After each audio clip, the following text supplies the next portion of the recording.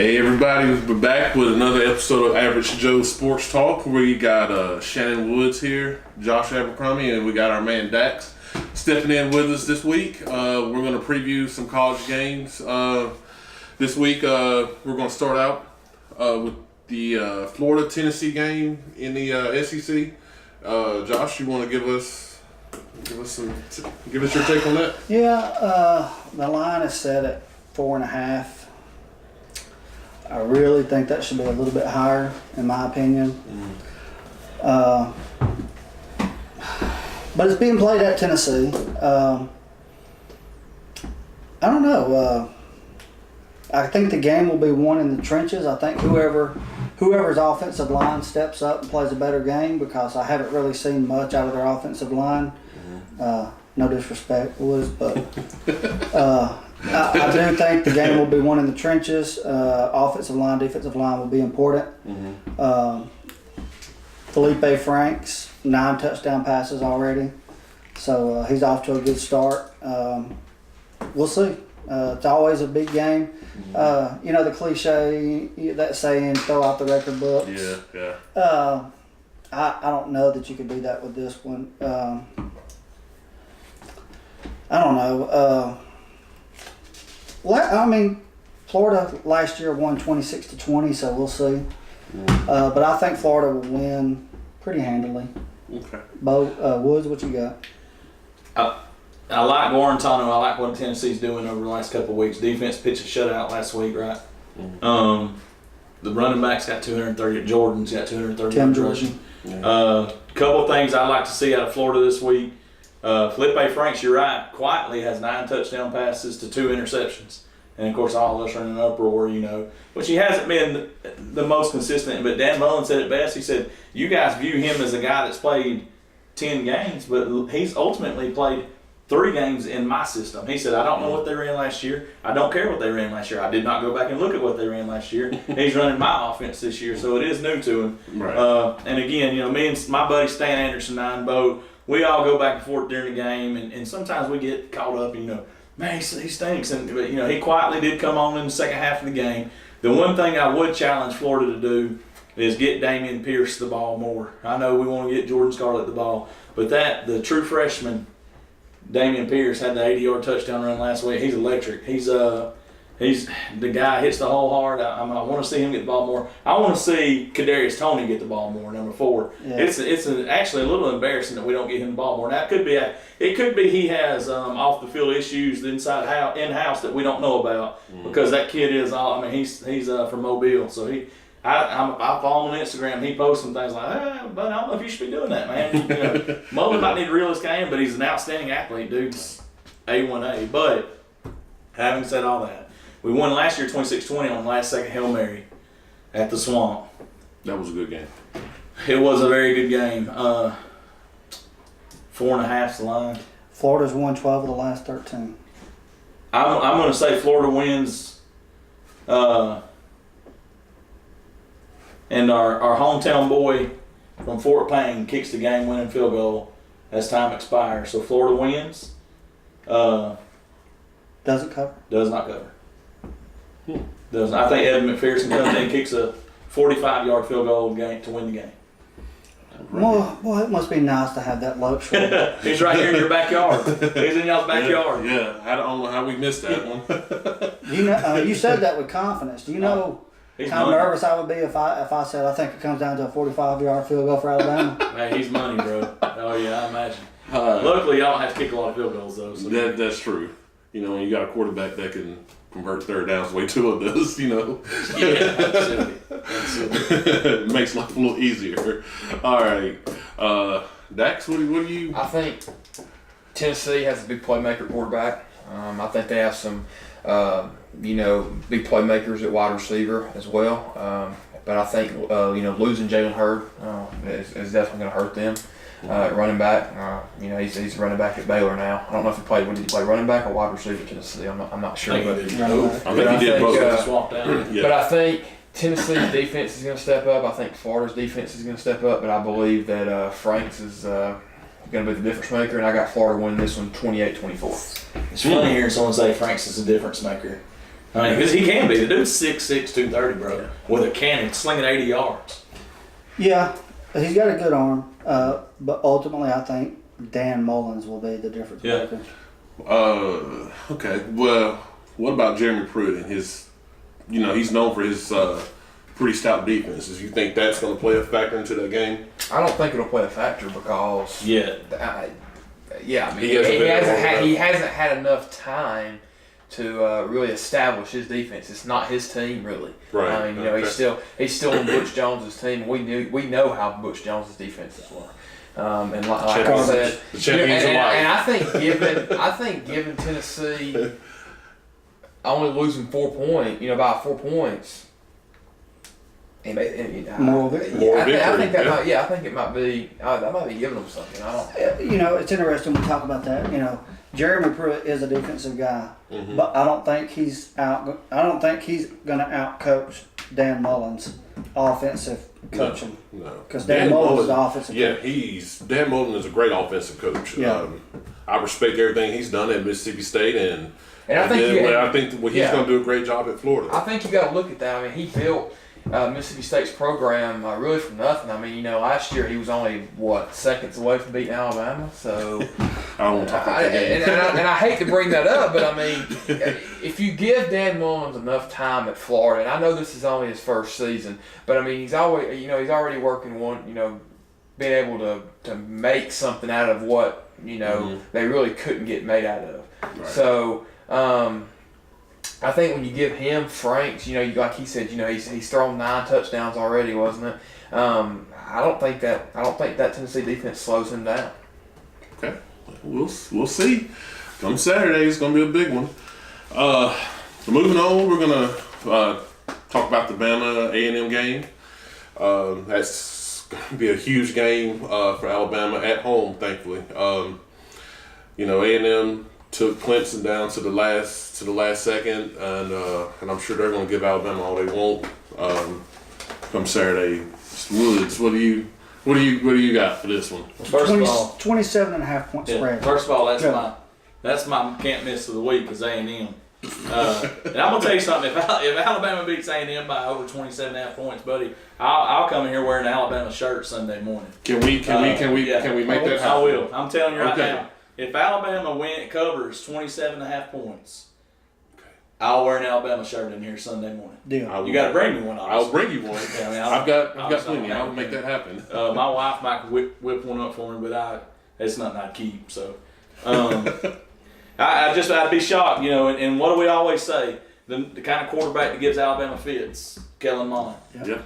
He's better than I like to. I still can't say his name. Tiamo or whatever his name is from Ole Miss. But this guy and Trayvon Williams, that's another, that kid's a stud. He is an absolute stud. I think Kellen Mond gets the job done. Trayvon Williams does. And I got Bama winning, but I got it by 10. I got them winning by 10. 10. Yeah, I got them winning by 10. A&M's, they've shown me something. That defensive line, if you want now Tua, if we want to talk about Tua, if he can do something against that defensive front right there, we're gonna see the true Tua this week. This week will tell a whole lot. I gave him props Sunday. Mm-hmm. I'll wear an Alabama shirt this coming Sunday because I'm that confident. And I'm gonna tell you another X factor. Old Jimbo, the only guy that I put up there. He's not up there with Nick Saban, but I think I put him ahead of Dabo Swinney. He's that good. Look at FSU right now.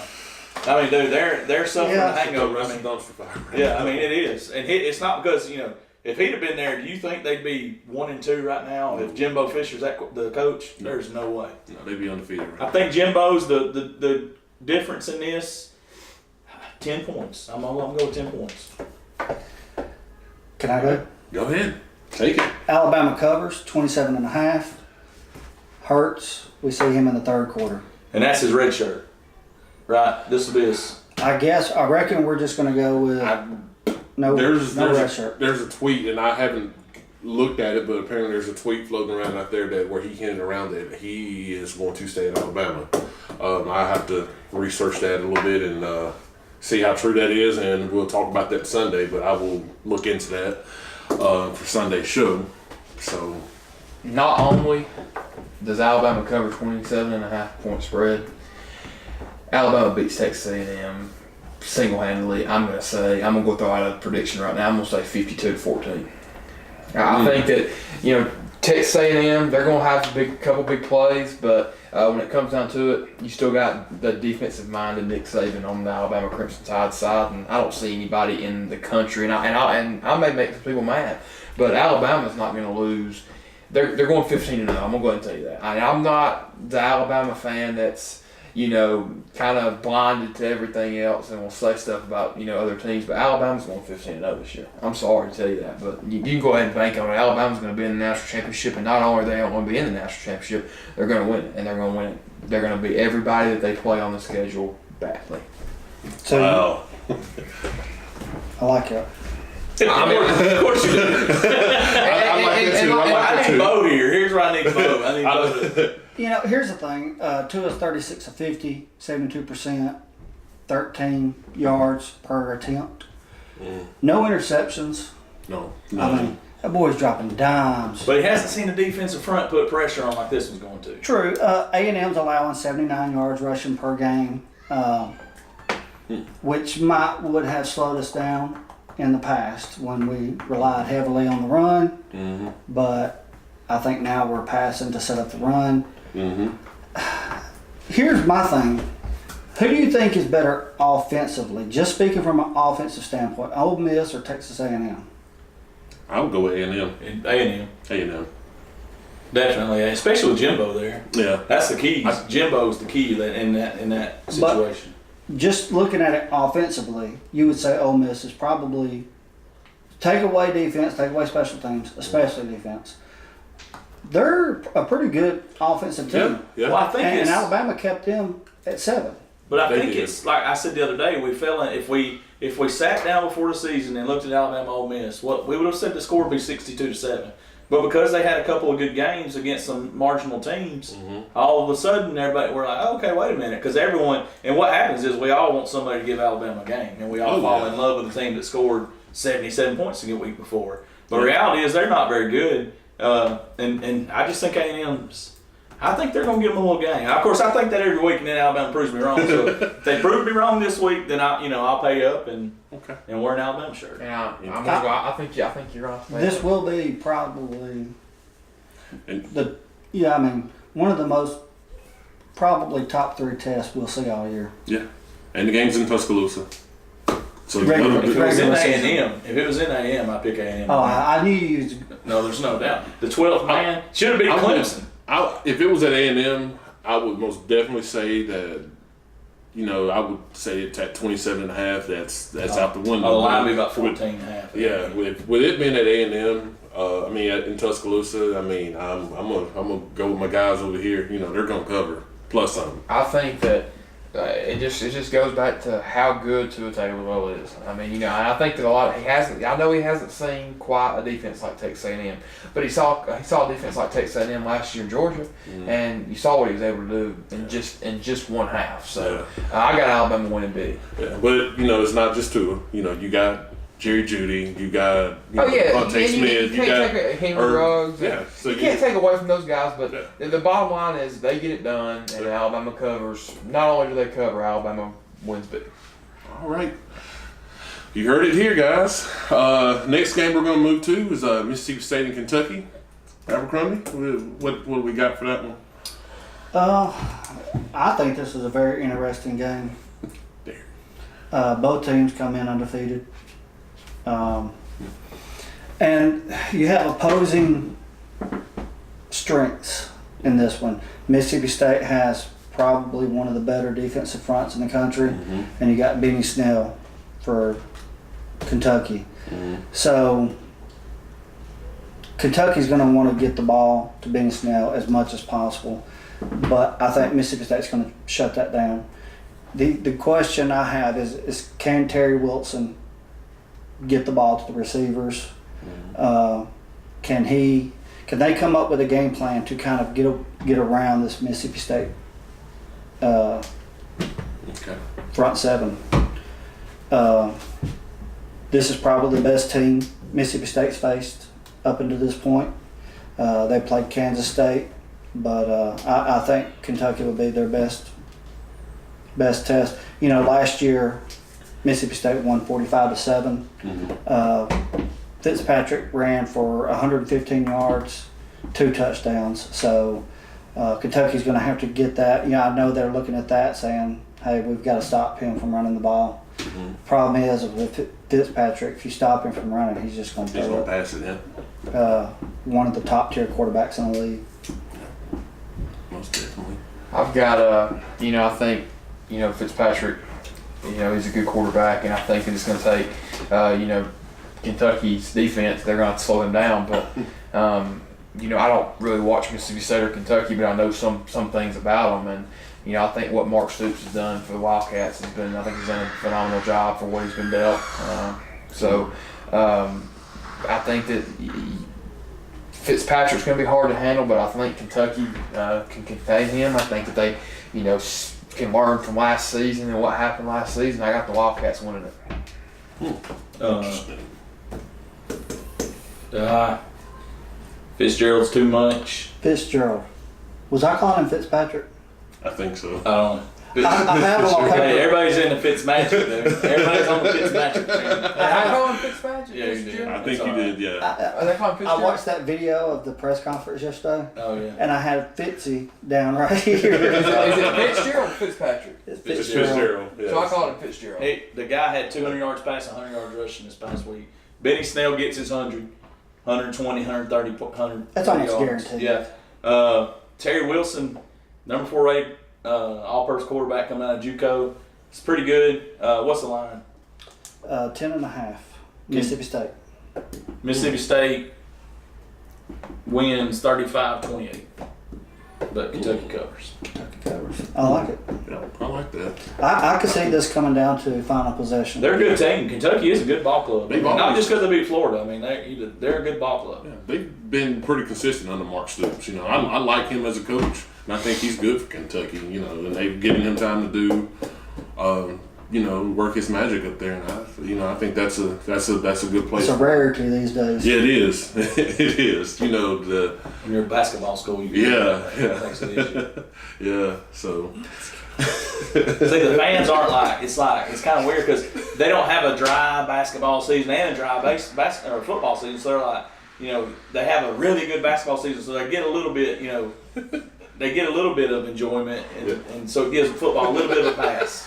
But that's why I view it. Kentucky fans are a lot of fun. I actually ran into some after when they played Alabama for homecoming a couple of years ago, and we were hanging out with them at a bar, and they was like, "Well, we came down here knowing we were gonna lose. We just want to come down here and party with you guys." So I was like, Bro, "Well, all right, then." Kentucky basketball fans are comparable to Alabama football fans. Yeah. Oh yeah. You go to them SEC basketball tournaments, bro. I'm talking. You've never seen somebody. And if they lose in the first round, you're in for a treat because they're just gonna hand you their tickets as they walk out. And it's crazy. The year I went to Nashville to watch the SEC basketball tournament. This is off story, but Kentucky lost the first round. Then the very next day, it was in Nashville. Vanderbilt lost. Bro, there was just tickets landing on the ground. The rest of the tournament. So anyway. Nice. All right. Moving on. Okay. Next game we got coming up is TCU and Texas. It's gonna be an interesting matchup. Texas wins by 14. I think I'm gonna go ahead and throw it out there. What? I'm gonna go out there and throw it out there. I'm gonna be like, and you think I'm joking? Texas single-handedly, I don't even know what to say. What they did to Southern Cal last week. Wow. Texas beats TCU by 14. What's the line on that? -3 TCU. Yeah, I take TCU. I wouldn't read too much in them beating USC's. They're hot garbage right now. It's the R around 10. I do think Texas is getting better, but I think TCU is a better team than they are right now. So you're saying Southern Cal was just that bad last week? Yeah. Oh, I definitely think that. I think the reality for Southern Cal's going to play Stanford, and then they got beat by Texas, and it's a freshman quarterback. That's what's supposed to happen. But I think TCU, that defense they held Ohio State at bay for most of the night. I mean, then at the end, But I think it's TCU. They cover. They win by 10. Is my prediction. I've got TCU covering. Mm-hmm. And the only reason we're talking about this game is TCU. Yeah. You know. Not that. I like Hey, that. I'm gonna hook him. He felt good about that. He did. He was Now, confident. I mean, We may come back on Sunday. Yeah. Dax may be like, told y'all. Yeah. told you. Yeah. But I know one game I'm gonna be able to say I told y'all about, and that's that A&M. That's the other school in Texas. that's the only way you're going to convince me is if I see it with my own two eyes. Yeah. Texas wins by 14. Hook 'em. Wow. I like you your heard comments. it. You heard it here first, guys. Heard it here first. I think they carry the momentum over from the Southern Cal game, and I think that TCU's coming off a very hard-fought, draining game against Ohio State, and Texas beats them by 14. Yeah. That's the last one. All right. That's a 3:30 kickoff on Fox. Fox. Who watches that crap, dude? That's the worst broadcasters. That's horrible. I cannot watch a Fox game. Bro, I can't watch Fox FS1, whatever Nothing. crap it is. They get the ESPN losers to get fired to go down there. That's like, I mean, I'd rather watch Crossville play football than watch that crap. Fox is like just the same Shots line. fired. Shots I mean, I'm fired. just saying, dude. This is CBS country, baby. That's right. Give me Vern Lundquist. Getting everybody's name wrong, bro. You know what? I would take Vern and Gary over Fox. anything Yeah. on Fox. The only person's name he ever got right in history was Tim Tebow. And that's just because he loved him so much. I know there was like a love fest. Yeah. You know, for Tim Tebow, I was just like, stop saying his name. Gary Danielson's an LSU homer. Yeah. Oh man! All right, moving on. Next game we're gonna cover is Wisconsin and Iowa. That's a 7:30 Fox game. The real question is, who on this channel watches Iowa football? Okay? That's Well, our Taylor Heisman picks. Yeah. Coming through right there. We're looking for a bounce back game for Taylor. Yeah. I don't think it's Well- going to happen. You don't? No. I'll tell you why. Okay. And I've got a good reason. As good as he is, Iowa's defense is allowing 42 rushing yards per game. 8 points per game. That Iowa defense is playing tough right now. They've always had a solid defense. Yes, and you know, I got to do a little bit of research. Everybody knows who Kirk Ferentz is, but he's got a defensive coordinator there by the name of Phil Parker. Been with him for a while. Now, this guy made Rivals.com assistant coach's dream team last year. Wow. He is a very knowledgeable defensive coach. Been with Kirk Ferentz for, I think, 13 years, something like that. I think, let me see what the line is. 3.5 is what my thing said. 3.5. This is at Iowa. We get the wave after the first quarter. Yep. That's one of the better traditions Yeah. going right now. I don't know. I'm going to say, I'm going to go out on a limb right here and say Iowa wins straight up. Dude, Wisconsin really pissed you off last week, didn't they? They really did. Look, I had Wisconsin in the national championship game. Taylor was going to win the Heisman. Man, it was looking so good for us, Wisconsin. What a And then- letdown.